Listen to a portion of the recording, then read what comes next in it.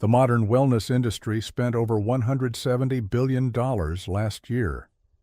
Billions on supplements, superfoods, anti-aging compounds, clinical trials, and pharmaceutical research.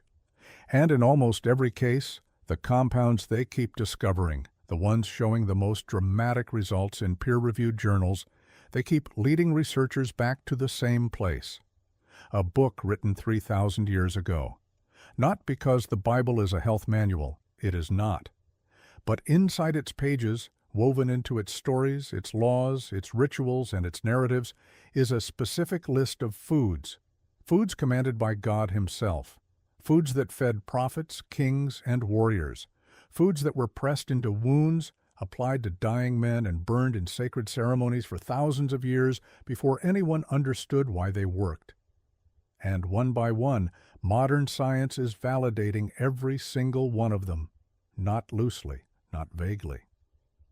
In peer-reviewed clinical studies with measurable outcomes at the molecular level, here is what most people miss. The Bible is not just a spiritual document. In specific, undeniable places, it is a medical document. And the proof is not a matter of faith, it is a matter of biochemistry. Before we get to the foods, you need to understand a passage most people read past without stopping. Deuteronomy 8:8. God is describing the promised land to Moses, and He lists exactly what grows there: wheat, barley, vines, fig trees, pomegranates, olive trees, and honey. 7 specific foods, not a general description of a fertile region, a specific named list. Jewish scholars have studied this verse for thousands of years and called these the 7 species. Modern nutritionists who have analyzed them together have started calling them something else. The most complete natural anti-inflammatory protocol ever assembled. That is not a coincidence. That is a design. But there is something even more remarkable. Before we cover the foods themselves, we need to talk about the oldest controlled dietary experiment in recorded history. Because it happened inside the Bible, it had a test group, a control group, a specific protocol, and measured results. Daniel chapter 1. The year is approximately 605 BC. The Babylonian king Nebuchadnezzar has conquered Jerusalem and selected the best and brightest young men of Israel for his royal training program. They are to eat from the king's table, the finest meat in the empire, the richest wine available, everything a body could want. Daniel refuses. He asks the official overseeing them to give him and his 3 companions only vegetables and water for 10 days, and then compare them to the young men eating the royal food. The official is nervous. He does not want to lose his head if Daniel's group looks worse than the others. But Daniel insists. 10 days. Just measure the results. Daniel 1:15. At the end of the 10 days, they looked healthier and better nourished than any of the young men who ate the royal food. This is not a spiritual metaphor. This is a documented outcome. A before and after comparison. 10 days. A plant-based, water-fueled protocol tested against the most resource-rich diet an empire could provide. And the plant-based group won visibly and measurably. The Bible recorded the world's first clinical nutrition trial, and it ran for 10 days. Now let us look at the specific foods, what Scripture says about them, and what modern science says they actually do inside your body. The first is olive oil. In the Bible, olive oil is not a condiment. It is medicine, fuel, and sacred compound all at once. It appears more than 200 times across the text. In Luke 10:34, the Good Samaritan pours olive oil and wine directly into the wounds of the injured man, not water, not a cloth. Olive oil. That choice was deliberate. The reason is a compound called oleocanthal. In 2005, researchers at the University of Pennsylvania discovered that oleocanthal, found in fresh extra virgin olive oil, inhibits the exact same inflammatory enzymes that ibuprofen does. Not similar enzymes, the same ones. The same biological mechanism as a pharmaceutical anti-inflammatory drug, occurring naturally in a food that was being poured on wounds 2,000 years before anyone knew what inflammation was. The predimmed trial, one of the largest cardiovascular studies ever conducted, found that people consuming high amounts of extra virgin olive oil had a 30% reduction in major cardiovascular events compared to people following a low-fat diet. The polyphenols in olive oil reduce LDL oxidation, lower blood pressure, and decrease systemic inflammation markers within weeks of consistent use. The Bible prescribed it. The clinical data confirmed it. The second food is raw honey. God describes the Promised Land as flowing with milk and honey 39 times across Scripture. Proverbs 24:13 says to eat honey because it is good. In 1 Samuel 14:27, Jonathan eats honey from a forest and his eyes are brightened. The word used for his restored energy is a Hebrew verb that means to light up, to become clear. John the Baptist survived in the wilderness on locusts and wild honey. Honey in the Bible is not a treat. It is a primary fuel source and a medicine. Raw honey contains hydrogen peroxide, methyl glyoxal, and a protein called defensin-1, produced by bees, which has broad-spectrum antibacterial activity. The World Health Organization now officially acknowledges honey as a viable treatment for wound infection. Medical-grade Manuka honey is registered as a clinical device in multiple countries and is used in hospital burn wards and for antibiotic-resistant infections, including MRSA. A study published in the Journal of Wound Care found that honey-treated wounds healed measurably faster than wounds treated with standard antiseptic dressings. Not slightly faster, measurably faster, in a clinical setting, using the same substance the Bible described as flowing through the land God chose for His people. Raw honey also has prebiotic properties that feed beneficial gut bacteria. It contains flavonoid antioxidants that reduce oxidative stress. And because of the way fructose is metabolized, it has a lower glycemic impact than refined sugar, despite being sweeter. The ancient world's most common sweetener is one of the most pharmacologically active substances on Earth. The third food is the pomegranate. When the 12 spies returned from scouting the Promised Land in Numbers 13, they brought back pomegranates as physical proof of what grew there. The pomegranate was so significant to Israel that it was carved into the decorations of Solomon's temple.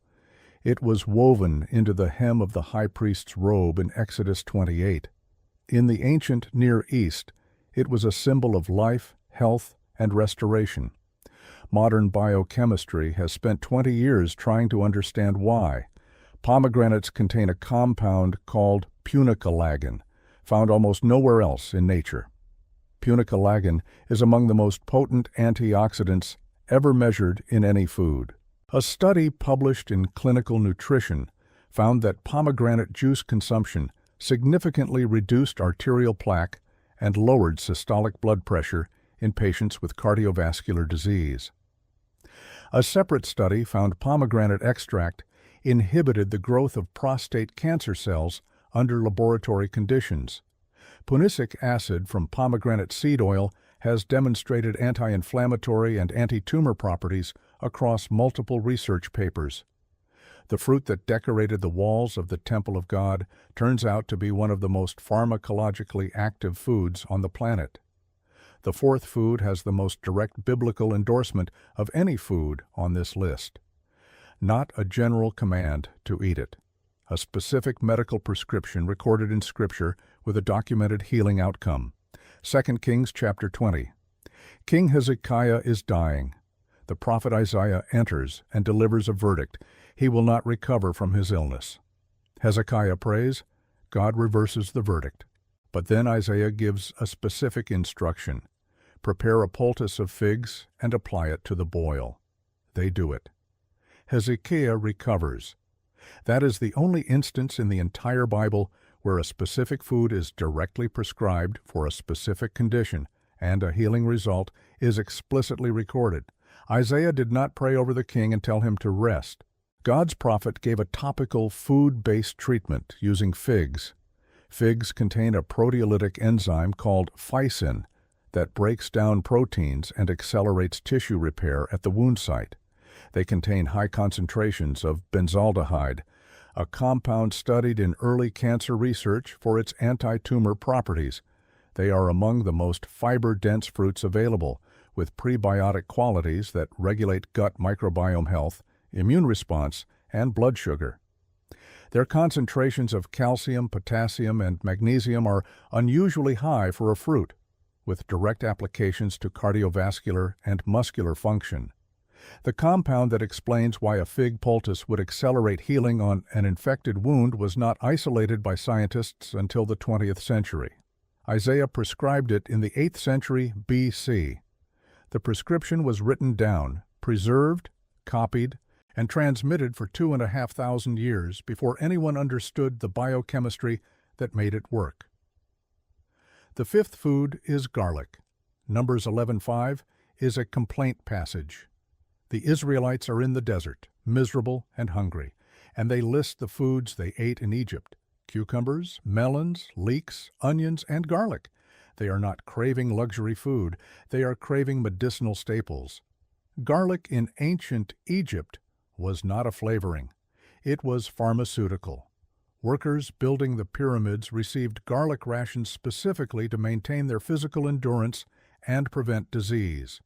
The Ebers Papyrus, one of the oldest surviving Egyptian medical texts, lists garlic as a remedy for over 22 conditions, including infections, heart disease, and parasitic infestations.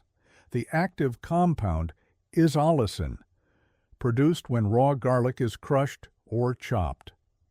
Allicin has demonstrated broad-spectrum antimicrobial activity against bacteria, viruses, and fungi in laboratory studies.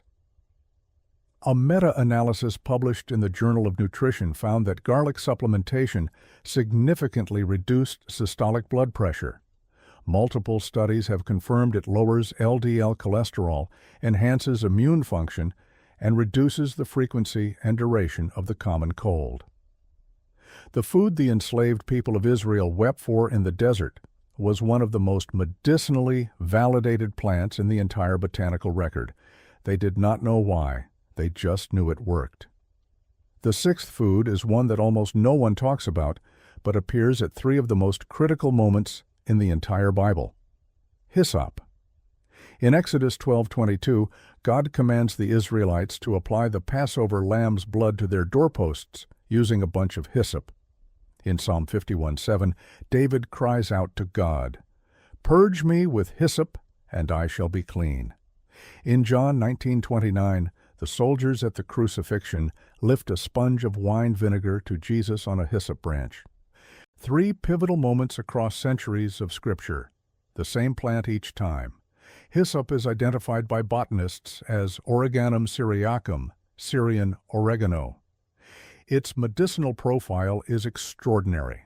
It contains carvacrol and thymol, the same antimicrobial compounds found in concentrated oregano oil, which modern studies have shown effective against multiple antibiotic-resistant bacteria, including E. coli and Staphylococcus aureus. Hyssop extract has demonstrated antifungal, antiviral, and expectorant properties in research. Medieval European hospitals used it as a disinfectant. The Romans used it to purify sacred spaces. When God instructed the Israelites to apply the Passover blood to their doorposts using a branch of hyssop, the instrument he chose was pharmacologically among the most antimicrobially active plants in the ancient Near East. Whether or not that was the reason it was chosen, the plant he chose happened to be biochemically ideal for the task. The seventh food is the one presented to Jesus as a gift at his birth: frankincense, Matthew 2:11. The Magi carried it from the east alongside gold and myrrh.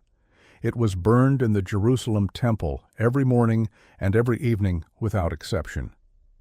God commanded it in Exodus 30:34 as a perpetual offering before him. In the ancient world, frankincense was valued at the price of gold, by weight. Not because it smelled pleasant, because people in the ancient world understood it, healed things that other substances could not. Frankincense comes from the resin of boswellia trees, and its active compound is boswellic acid. A clinical trial published in the European Journal of Medical Research found that boswellia extract significantly reduced pain and improved physical function in patients with knee osteoarthritis, with results measurable within 4 weeks. A study in phytomedicine found that boswellic acids reduced inflammation markers comparable in effect to conventional NSAIDs. Research published in PLOS One showed boswellic acids inhibited the growth of specific cancer cell lines in laboratory conditions. The compound is now being investigated in active clinical trials for brain tumors, leukemia, and inflammatory bowel disease. The resin burned in the temple of God every day for centuries, the gift carried across the ancient world and laid in front of a child in Bethlehem. It contains compounds that the most advanced oncology research programs in the world are actively studying right now. Here is what makes all of this significant, beyond the individual foods. Every food on this list addresses a specific category of human health risk that was endemic to the ancient Near East.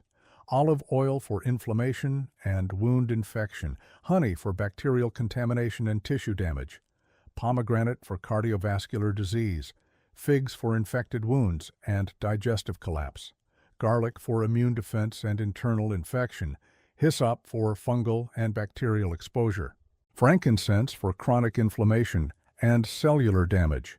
These are not randomly gathered plants. They are a complete, targeted, multi-system protocol, and they were all listed in the same land, commanded by the same God, used by the same people, for thousands of years before the scientific vocabulary existed to explain what they were doing. The modern wellness industry spends billions every year searching for the next breakthrough, importing exotic compounds from remote ecosystems, engineering molecules in laboratories, isolating bioactive substances that the ancient world never named.